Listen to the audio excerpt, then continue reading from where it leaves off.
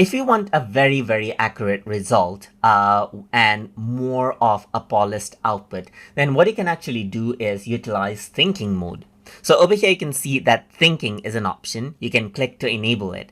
And over here, if I were to go to the drop down, then you can actually choose the number of tokens right here for thinking. The higher the number of tokens, the more thinking Qwen actually does. So for better results, but it does take a bit of time to actually go ahead and create that result, you can go ahead and increase the number of tokens. So here what you can do is you can now say, let's say for example, generate a story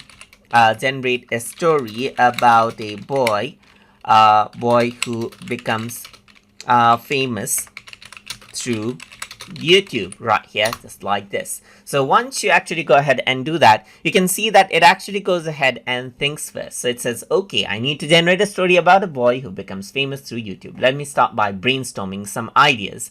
The characters should be relatable, maybe a teenager who's passionate about something, and what's common in YouTube niches: gaming, challenges, tech reviews, DIYs, or maybe educational content. Let me pick up something. So you can see that it actually goes ahead right here and then thinks all of it right here and shows you what thinking is being done, and then only gives you the result, as you can see right here, just like this. So it divides everything into chapter: the spark of an idea in a quiet town of Willowbrook. 14-year-old Ethan Carter found solace in his computer, crafting intricate worlds in Minecraft. So you can see that it creates a Minecraft related story right here, and then it actually goes ahead and then gives you a story right here, just like this.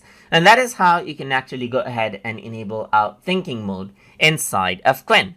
So I hope you guys learned something as always.